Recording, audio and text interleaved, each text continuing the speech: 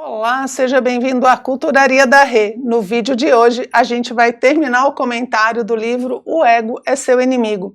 E se você ficar comigo até o fim do vídeo, você vai entender bem direitinho, porque que inclusive no fracasso, você precisa tomar muito cuidado com o seu ego. Faça esse vídeo chegar a mais pessoas no YouTube. Deixe seu joinha, se inscreva no canal e ative o sininho. Toda semana tem vídeo novo por aqui. Agora, vamos para o nosso conteúdo. No vídeo de hoje, a gente vai dar continuidade, fechar aqui o nosso livro O Ego é Seu Inimigo, livro muito bacana, com pegada estoica e com muita coisa aí para a gente aprender, para a gente refletir e principalmente aplicar no dia a dia, justamente para tentar começar pelo menos a combater esse grande inimigo que é o ego. E só para a gente relembrar um pouquinho a questão do livro, é sempre bom a gente lembrar o que ele fala de ego, qual é a definição que ele tem de ego. Ele fala que o ego é uma crença doentia na própria importância. Simplesmente isso, é a gente acreditar que a gente é o centro do universo, né? O umbigo aqui, nosso umbigo do mundo. Então, quanto mais centrado na gente mesmo, quanto mais egoísta a gente é, quanto mais preocupado consigo mesmo a gente é, mais a gente vê a presença desse ego, desse eguinho, né? Que é justamente essa parte que vai atrapalhar a gente nas 3 fases que ele coloca aqui, que são as fases da aspiração, do sucesso e do fracasso. A gente já viu aspiração e sucesso nos vídeos anteriores, e agora então a gente vai focar na questão do fracasso. Vamos ver o que o livro fala para a gente sobre essa fase, né, que é a terceira parte. E eu trouxe aqui uma frase que mostra bem por que ele quer falar sobre isso. Ele põe aqui, ó, ninguém é permanentemente bem-sucedido e nem todos encontram o sucesso na primeira tentativa. Precisamos de propósito, equilíbrio e paciência. Então aqui é um resumo de por que a gente precisa falar da presença do ego no fracasso, porque todo mundo vai fracassar em algum momento. Seja porque você fracassou no início, porque você não teve sucesso na primeira tentativa, que é a coisa mais comum do mundo, pensa assim, ninguém aprende a escrever de primeira, todo mundo erra. Ler, escrever, fazer conta, o que a gente faz? Não desiste, né? Então, certos fracassos, digamos assim, são parte de um processo de aprendizado. Então a gente não vai acertar de primeira, e se a gente se acha muito especial, quando as coisas não dão certo de primeira, a gente fica assim, uai, mas que coisa estranha, né? Por que não deu certo? Porque a primeira vez a gente vai ter que melhorar muita coisa, vai ter que aprender muita coisa. Então a gente tem esse fracasso no início, e depois quando você chega no sucesso, né, passou por esses altos e baixos do início, quando você chega ali no sucesso, você não vai ser bem-sucedido para o resto da vida. Não tem como você ser permanentemente bem-sucedido. Mesmo que você esteja lá em cima, em algum momento você vai cometer um erro, você vai descer, você vai ter que sair desse estado, vai ter que superar isso. E é exatamente aí que ele vai falar que o ego pode dar problema para a gente. Um comentário que ele faz bem nessa introdução, antes do primeiro capítulo, ele vai falar que o sucesso embriaga, intoxica, né? Deixa o ego super assim, ai meu Deus, eu sou o máximo, cheguei lá onde eu queria. Nesses casos, quando vem um fracasso, quando vem uma onda de baixa, que é natural e esperada porque o mundo é cíclico, repleto de altos e baixos, o ego fica assim, como se ele tivesse levado a pior paulada do mundo. Então, do mesmo jeito que o sucesso tem o problema de embriagar e fazer com que ele não veja as coisas direito, quando vem o fracasso, vem a paulada, ele tende a ficar surpreso e tem muita dificuldade de se recuperar, de sair desse estado. E é por isso que a gente precisa tomar muito cuidado com o ego nesses momentos de baixa, ok? Ele vai falar, eu achei ótimo esse termo quando eu li o livro, ele fala da ofensa narcisista. O ego adora pensar no que é justo ou não, ficar julgando o que é justo ou não. E por que ele coloca isso? Porque quando tem o fracasso e o ego está muito em cima, né? A gente fala quanto mais alto, pior a queda, né? Então, se o ego está muito em cima, Na hora que vem esse fracasso, ele cai e ele começa a achar que foi um grande erro do cosmos. O cosmos cometeu um erro, existe um erro aqui no universo que eu saí desse ponto de sucesso. Ele se sente ofendido pela vida, como se a vida não reconhecesse essa maravilha que ele é.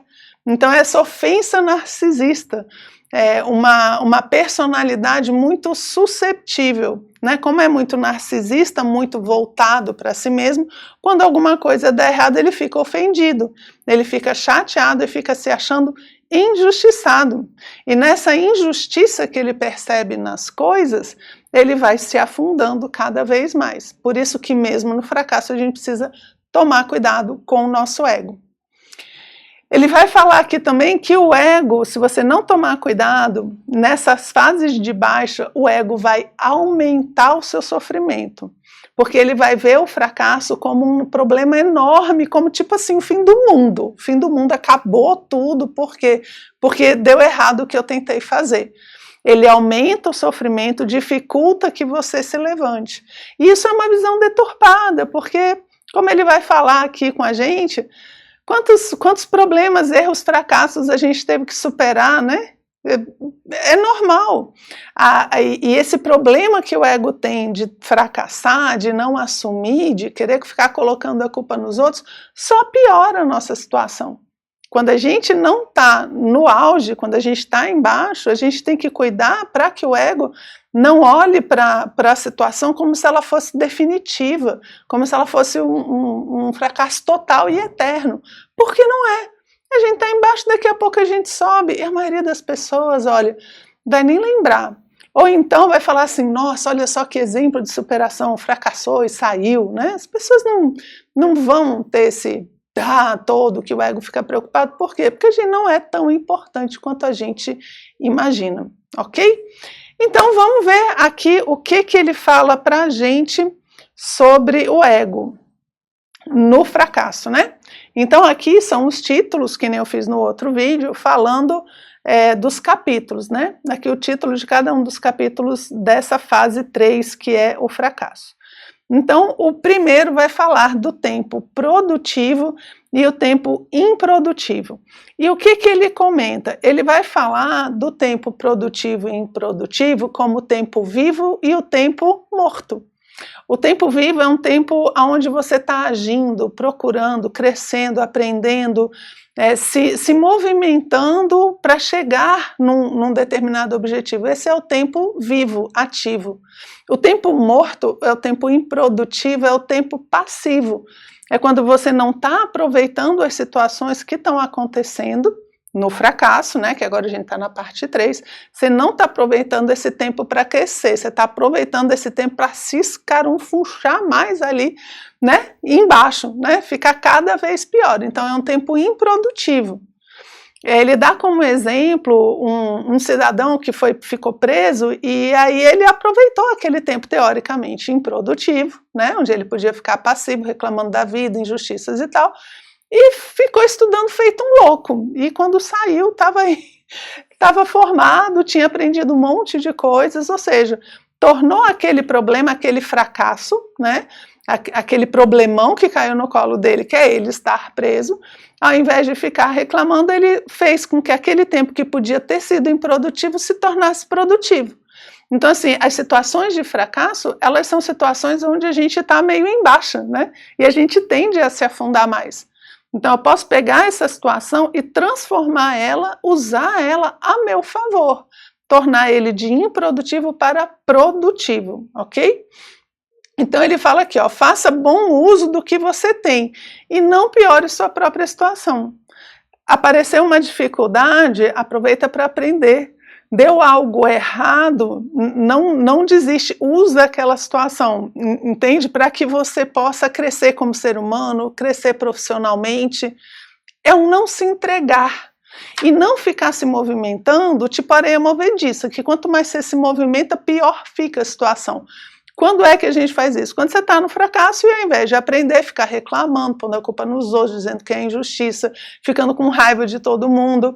Isso é areia movediça, cara. Quanto mais você se mexer, pior você vai ficar. Isso é uma coisa improdutiva. Então não torne esse tempo ainda mais improdutivo, pelo contrário, transforme ele em algo, em uma situação que pode te ajudar a sair dessa situação de baixa que você está. Tá? Quando eu falo aqui fracasso, nunca definitivo, são sempre as baixas que a gente tem na vida, tá legal? A próxima que a gente tem aqui a frasezinha do capítulo é: o esforço é suficiente.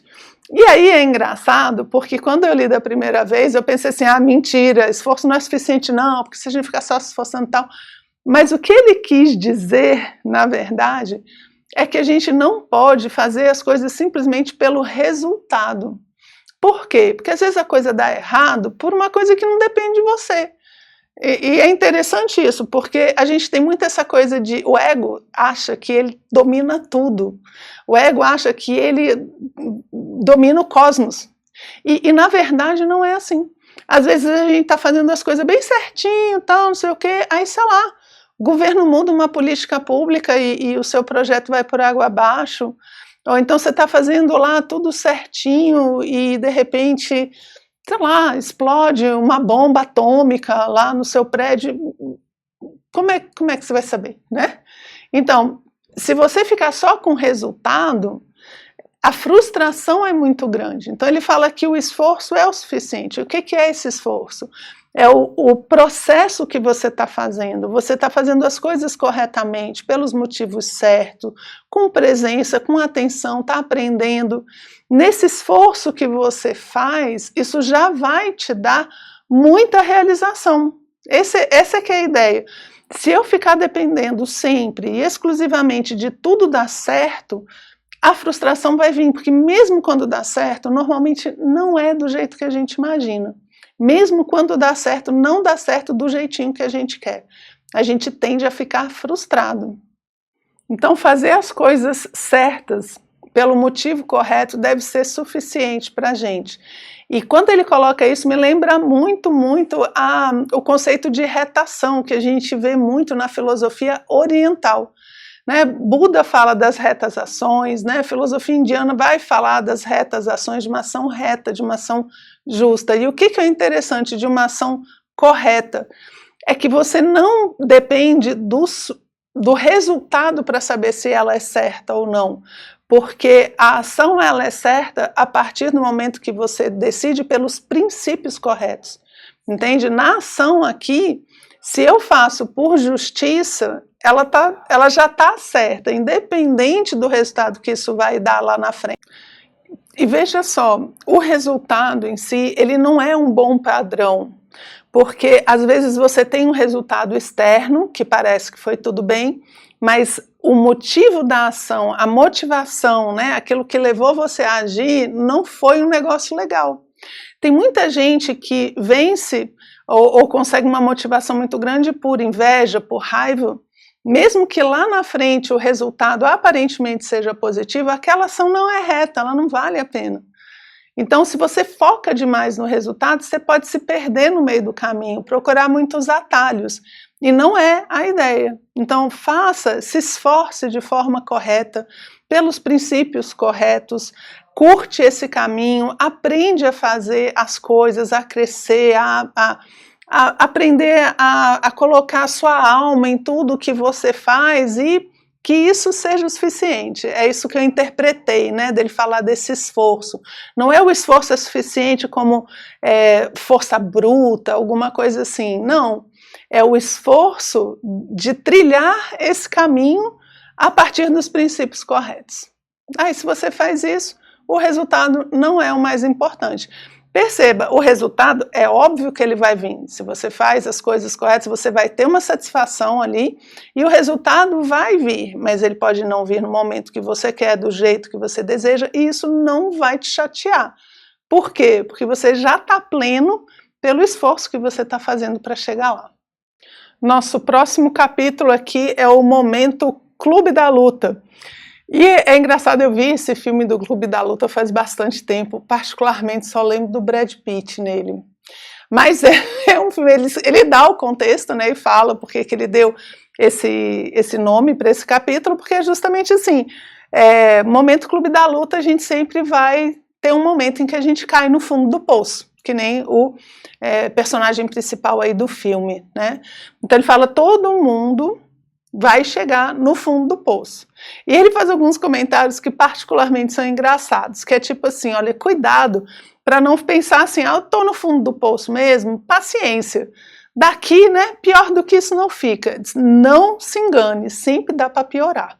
Sempre dá para ficar pior. Então tome muito cuidado quando você perceber que você está no momento clube da luta. E esse fundo do poço ainda vai ter um problema. Quanto mais inflado o seu ego, mais fundo é o poço. E por que todo mundo passa por um momento desse? Porque a gente aprende com a dor e com os erros, né? Não é porque é só assim, a gente escolhe, né? No final, assim. A gente acaba aprendendo muito com o sofrimento. E esse fundo do poço é justo esse momento de sofrimento que vai trazer mudanças profundas na vida da gente. Só que é como se fosse um umbral, né? Na mitologia, isso é justamente a descida aos infernos, né? Todo herói, em determinado momento da sua história, ele tem a descida aos infernos, que é a última prova, a pior de todas, que é quando ele percebe, né, tudo que existe ali dentro dele, de vício, de dificuldades, todas as coisas que ele não quer ver, que ele não quer admitir. Esse é o momento do inferno, que aqui no livro, né, ele colocou como sendo esse momento clube da luta, estamos todos unidos aqui no fundo do poço, certo? Então ele fala que se você tomar cuidado, né, prestar atenção no que está acontecendo, você pode transformar isso num aprendizado e começar a sair desse fundo do poço. Só que cuidado, porque sempre dá para piorar um pouquinho, certo?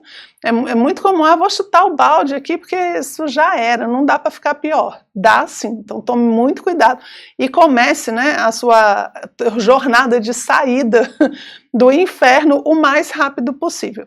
E ele vai dar aqui 3 características desses momentos, né, do momento clube da luta, como é que eles começam, né, como é que você percebe. Ele fala aqui que esses momentos, então, de profunda dor, descontentamento, angústia e também de aprendizado, em geral, eles quase sempre vêm pelas mãos de uma força ou de uma pessoa externa. A gente é jogado na situação, né? É quando você acorda de manhã com os passarinhos achando que está tudo bem, e aí de repente tem uma notícia bombástica, acontece alguma coisa que você não esperava, uma perda grande, ou enfim, alguma coisa externa acontece e você é obrigado então a lidar com uma situação que você por si só não construiria. Por isso que é a gente que escolhe, né? Porque sozinho a gente não aprende, então vem a vida e pof, traz isso para você. Em vários casos envolveram algo que já sabíamos sobre nós mesmos, mas que tínhamos muito medo de admitir. Então, por que esse fundo do poço é tão difícil? Porque é uma percepção mais profunda de nós mesmos e tem a ver provavelmente com algum defeito que você não admite, algum erro que eu cometi, eu não quero assumir que fui eu, que a responsabilidade é minha. Então, aquela situação gerada na qual eu fui, a impressão que eu tenho é essa, não sei vocês, mas a gente foi empurrado, né? A gente foi jogado na situação e agora a gente tá lá olhando assim, meu Deus, o que eu faço, né? O único jeito, né, de sair daqui é assim, é admitindo isso que eu não quero, é vendo essa faceta minha que eu não gosto, e pior que é só isso mesmo, viu, gente? Só assim para sair. Aí ele fala, a terceira característica, né? É que da ruína vem a oportunidade para um grande progresso ou melhora, caso o seu ego permita, né? Então, quando você está lá embaixo, o fato de que você está tendo que admitir, lidar, aceitar, né? Como diz o pessoal, acolher algo que você não gosta dentro de você ou alguma situação que você não está querendo assumir, no momento em que você faz essa aproximação do problema, o Amir Klink que fala, né? Você tem que abraçar o problema. Quando você faz isso, você está começando um aprendizado, você vai ser uma pessoa diferente, porque agora você aceita uma parte sua que você não aceitava, ou uma postura sua mudou, e sempre mais madura, né? Isso é interessante no livro, porque todas as posturas que ele vai colocando aqui, com essa pegada estoica, tem a ver com amadurecimento e responsabilização. Então, como você está lá no fundinho do poço e vai se responsabilizar pelo que aconteceu, vai aceitar o que a vida está te mostrando ali naquele momento de fracasso, lembra sempre, né? Terceira fase, a gente está no fracasso, a gente se sente, né? O último dos últimos, e desse momento é que você vai trazer, então, uma transmutação real. Então vai dar a volta por cima justamente porque você vai crescer com a situação toda, ok? E ele põe bem curto, bem estoico. Enfrente os sintomas e cure a doença. Nada de ficar fugindo por aí para tentar dar um jeitinho nas coisas. Enfrenta logo, não fuja e resolve. Que é isso que a gente veio fazer aqui, né? O próximo capítulo nosso, então, é o Saiba Quando Parar. E o capítulo Saiba Quando Parar, dá para a gente fazer um resumão dele aqui. E quando é que você tem que parar? Quando os seus valores estiverem sendo ameaçados. Eu vou contar uma história aqui que ela é minha, não é do livro, mas que eu lembrei demais o tempo todo, né? Era um pai de uma amiga minha. Ele estava conversando, dizendo que ia mudar de emprego.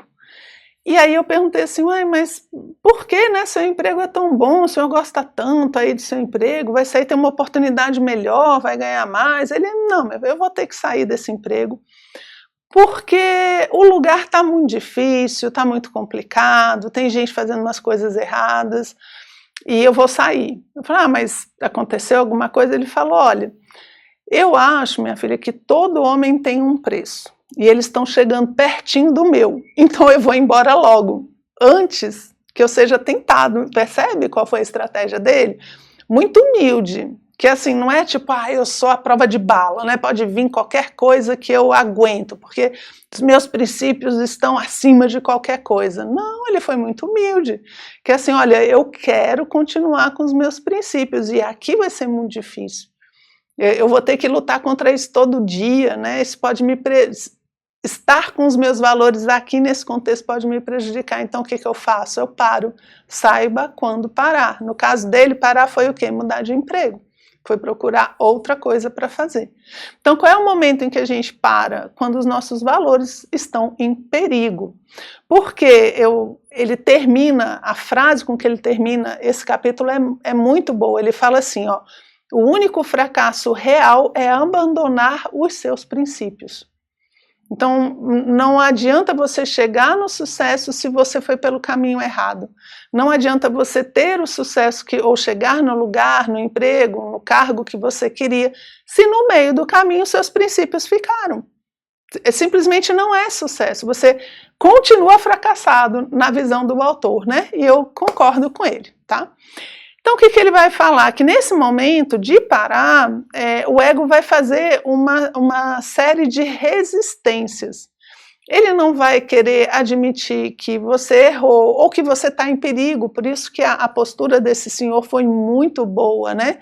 Admitir que a gente tem falhas e que que não dá para cutucar a onça com vara curta, né? É melhor ser prudente, ter distância.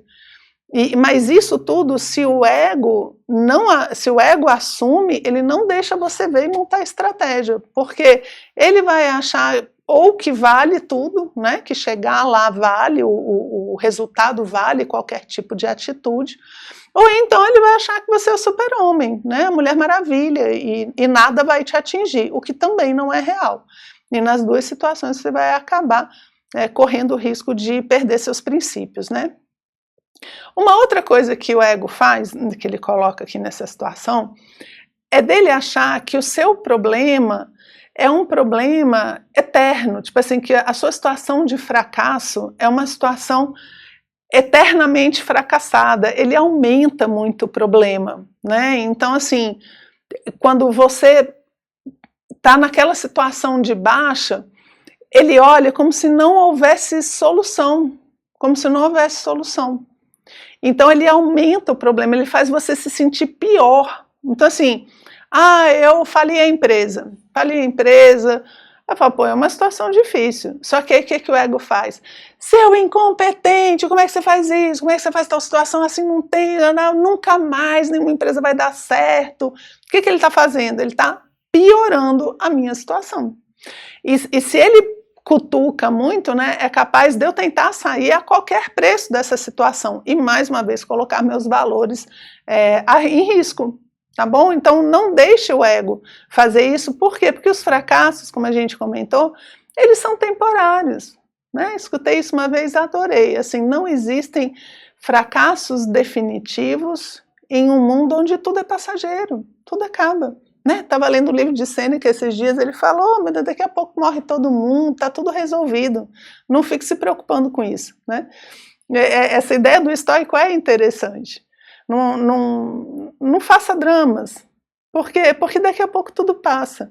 O seu fracasso pode passar se você souber reagir de forma correta. Essa situação não é eterna. O seu ego é que faz ela ter um momento enorme. Assim, é que a gente faz isso como adulto, a gente acha que tem razão. Mas às vezes, sabe quando você vê uma criança ali fazendo aquela birra, ou um adolescente sofrendo por uma coisa que você entende que ele está sofrendo e tudo, mas que vai passar, que você sabe isso, daí daqui a pouco, né, essa sofrência toda passa. Para ele não é assim, né? Para ele aquele sofrimento é o fim do mundo vai acabar. Gente, posso lembrar de muitas situações na minha adolescência que era assim, tudo muito intenso, né? Então, vai acabar, não deu certo, o namoro meu Deus, nunca mais isso vai dar certo. É o fim do mundo, é o fim do mundo. Só que não, porque a vida vai passando, a gente vai amadurecendo, vai aprendendo, uns dão certo, outros não dão, vida é assim mesmo. Né? Só que precisa amadurecer para a gente não ficar com essa visão o tempo todo, ok? Então, a maioria dos problemas, ele fala assim, os problemas são temporários, a não ser que você não queira. Eu falo assim, se você tiver a postura errada, você vai fazer com que aquele problema, aquela frustração, aquele fracasso dure eternamente, muito mais do que o necessário. Então, você não precisa fazer isso consigo mesmo, ok? Nosso próximo capítulo aqui. Tenha os seus próprios critérios de avaliação. E aqui é muito, muito interessante porque ele fala que os nossos critérios de avaliação, em geral, são maiores do que a expectativa das outras pessoas. Se você não tem um critério próprio, o que ele alerta a gente? Que quando você chegar na expectativa dos outros, você vai parar. E ele dá um exemplo bem interessante em relação aos esportes. Olha só essa partezinha aqui que ele fala, ó. Essa é uma característica de como os grandes pensam. Eles simplesmente se atêm a um padrão que vai além do que a sociedade pode considerar como sucesso objetivo. Por isso, não se importam muito com o que os outros pensam, e sim em atender aos próprios padrões. E esses padrões são muito, muito superiores aos de qualquer outra pessoa. É interessante isso, né? Porque a gente, quando fala, não, você tem que ter padrão próprio, a gente pode achar que vai ficar preguiçoso, já cheguei lá. Mas não, na verdade, a gente sabe do nosso potencial. A gente sabe que a gente pode chegar muito mais longe, e os outros não. Então, se eu ponho o parâmetro como que o outro espera, eu posso estar muito longe do melhor de mim. E estar longe do melhor que a gente pode fazer é caminho certo para a frustração. Olha, ele continua aqui, ó, falando dos patriots. Nesse exemplo, em vez de celebrarem ou se parabenizarem, eles arregaçaram as mangas e se concentraram em melhorar ainda mais, né? Que aqui nos esportes, né? É isso que faz da humildade uma força tão poderosa, organizacional, pessoal e profissionalmente. E aqui eu achei muito legal porque ele coloca muito a força da virtude, comentei isso com vocês, né? Hoje em dia a gente tem uma ideia da virtude meio que ela atrapalha as coisas, ele fala não, se você tiver o seu padrão próprio, tiver humildade para saber que você tem que se esforçar para chegar lá constantemente, a humildade vai ser de uma força fora do comum, vai tornar você uma pessoa que está sempre melhorando, aprendendo. É legal a gente perceber isso, que a humildade é uma virtude que vai ajudar você no pessoal e também no profissional, e também no organizacional. Às vezes a pessoa acha que a virtude só para ter em casa, no trabalho não, porque o mundo é cão, né? Não é assim. Ela ajuda em todos os aspectos. E em vários momentos do livro, ele traz essa abordagem, que eu gosto muito, porque coloca a virtude de volta para o lugar dela, que é o quê? Em todos os lugares da nossa vida, né? Sempre como um farol ali em todas as situações, ok? Então aqui ele vai falar para a gente, né?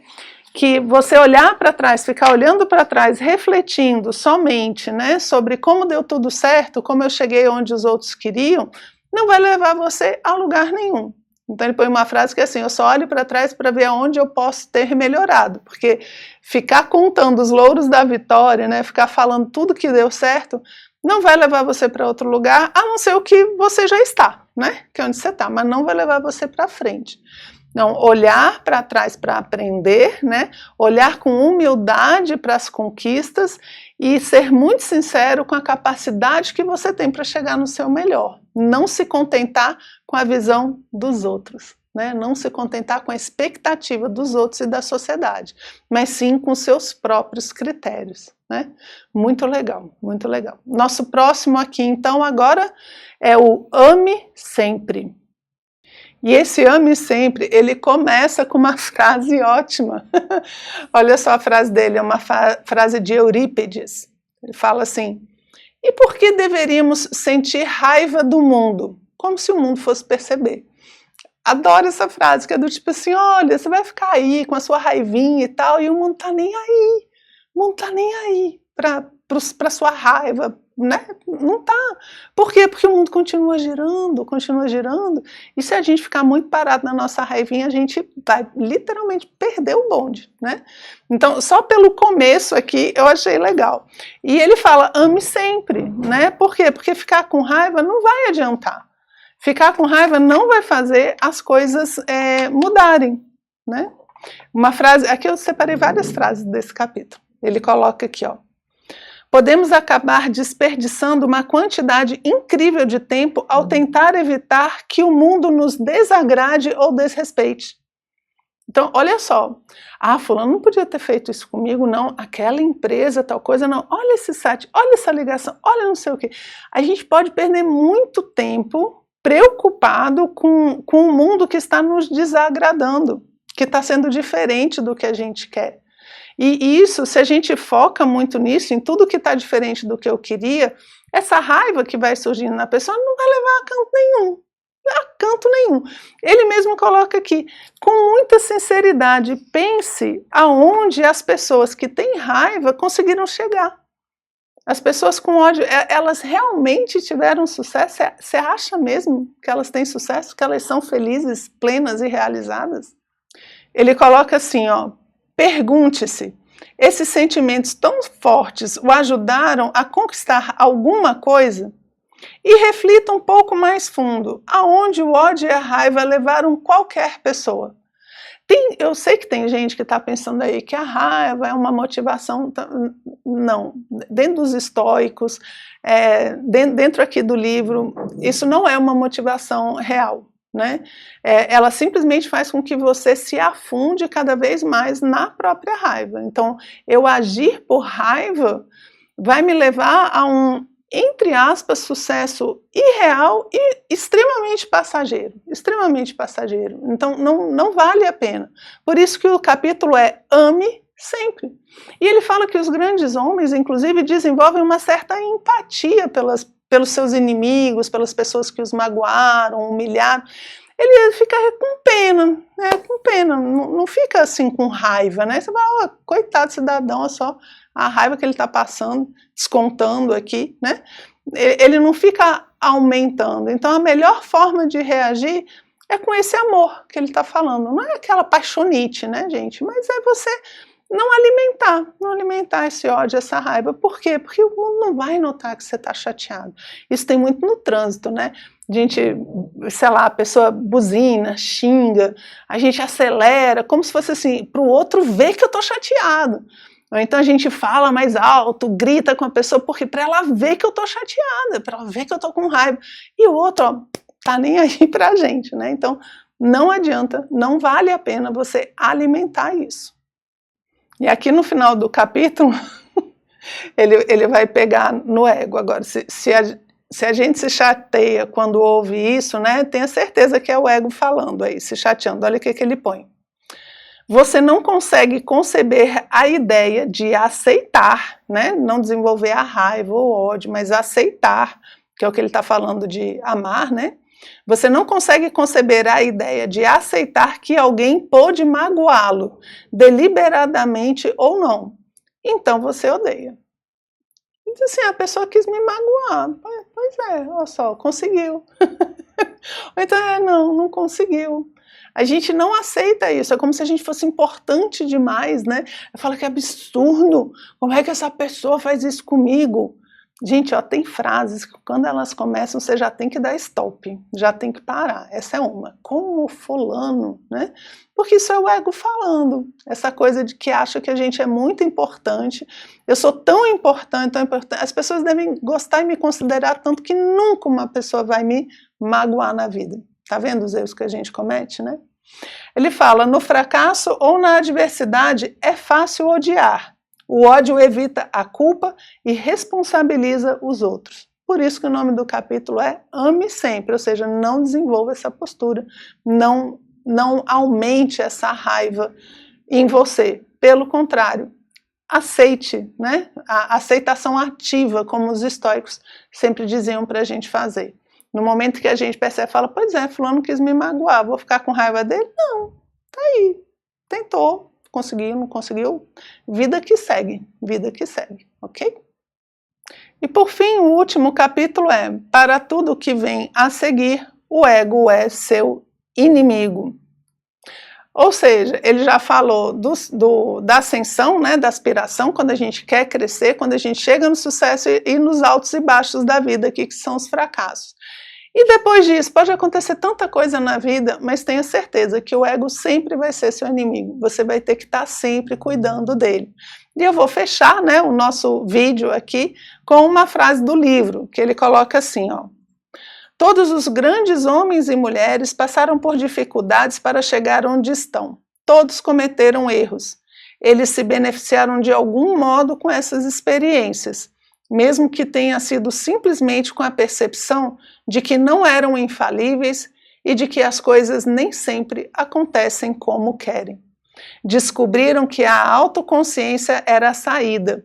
Se não tivessem enxergado isso, não teriam melhorado, nem sido capazes de se reerguer. Então esse eu acho que é um grande resumo, né, que ele coloca, e eu espero que você esteja aí nessa lista de grandes homens e mulheres que conseguem se reerguer.